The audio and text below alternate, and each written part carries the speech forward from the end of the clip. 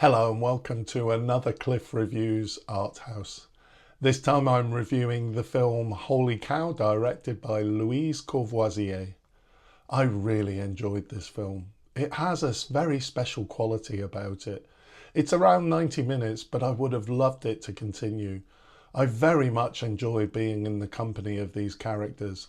In some ways, this was a bit surprising, as the opening scene showed some laddish drinking and nudity at a country fair. At first sight, it didn't appear that this would be an interesting group of characters. It's a slow, quiet country film, but utterly compelling. I'm not really sure why. It's a raw, unfiltered view of rural life, with natural light, long takes and sparse scripting. There is a narrative arc, but it's subdued, underplayed. There are a few places that feel tense, but it's strange because they're not big things with lots of peril. There's a real delicacy to the character developments. Small things really matter in this film. I think that one of the reasons why it works is the minimalist sound design. It relies on ambient sound and silence more than score or big dramatic cues. We hear the quiet noises of nature and the countryside, the churn of the cheese, the breathing of the animals. I don't think there's any music in the film apart from one or two times in the film. This subtle soundscape really builds an atmosphere. Courvoisier is from the region where it was filmed, and this really helps to make it feel very authentic, I think. She also used non-professional local actors, and again I think this has worked really well. I guess there's always a risk when you use non-professionals, but it definitely worked here. Of course, for me there are very obvious comparisons with Robert Bresson. The French countryside, the slow pace of French life, the use of non-professional actors, the minimalist dialogue. I think that the film also echoes Bressonian themes of silent endurance. Courvoisier definitely has her own style, but there's a warmth under the surface of Holy Cow that perhaps isn't present in Bresson's films.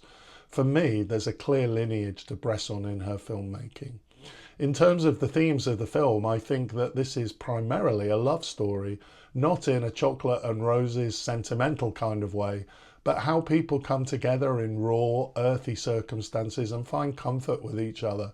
It's also about friendship between men, or rather boys that are becoming men. In addition, it's very much about life in the country, away from the city. People who don't necessarily have very much, who work incredibly hard with very early starts in the morning, with not much entertainment except to get drunk. It's about people living in difficult circumstances. The main character, Totone, his father dies and he has to care for his sister. He's still barely an adult, he's immature and inexperienced. This isn't really an environment where people express their feelings, but there's a feeling of kinship in the relationship between Marie-Lise and Totone, in the Totone-sister relationship, and in the relationship between Totone and his friends. There are ups and downs, but there's an underlying love that's very present in this really underplayed way.